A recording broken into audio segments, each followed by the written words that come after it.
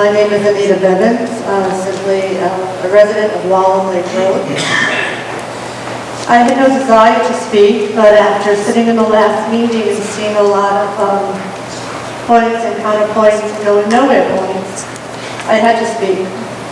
So quite basically, our town ordinance on our lower noise level reflects how quiet and peaceful our community is within the natural environment of private home landowners, as well as Douglas State Forest, Bug Hill Management Area, the George Washington Management Area, as well as Wallam Lake and Wilson and Pasco reservoirs. Why a power plant would be considered to be a good fit into this environment is a puzzling concern. Invenergy has already written a clause into so many of their statements asking for variations or variances, especially on the noise ordinance. And at the beginning, they wanted to be defaulted to state and federal limits due to the additional expense to them to comply. In the last meeting, it was stated that the noise factor of the existing compressor station would be beneficial to hide the extra noise from the proposed power plant. How ridiculous. Noise decibels is a cumulative. There was an equation to factor this in. One noise producing factor doesn't override and neutralize other noises, it adds to it. Where's the common sense? Yes. Low frequency noise issues are being pushed aside, and I'm highly tired of hearing how difficult it is to factor in the ambient background noise with this. We still do not have true figures on the compressor station, as now that it's expanded once, and I'm almost a mile away and I can hear and feel. It's not just hearing it, you can feel it in the ear, the throbbing in the ear. In my home with all the windows closed. Then talking about emissions. The best emission controls that are technically possible will have us at a much less quality of air and water purity than we have now. Questions: how much residual MTBE pollutants will disperse into the air during usage at the plant?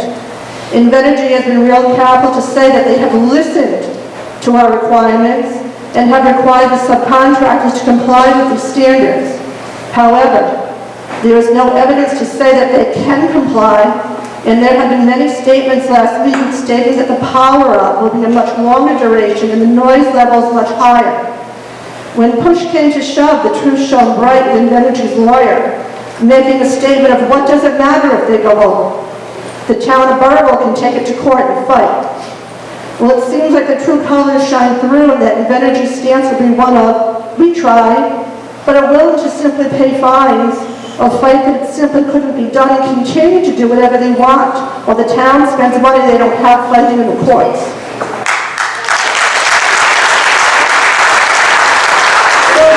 So there will be an increase statewide about 38% of carbon dioxide. What is it locally, 200%? What about the methane gas this will emit, which is even more harmful to the climate and our health than carbon dioxide? This plant will create its own mini environment right over part of the state we live in.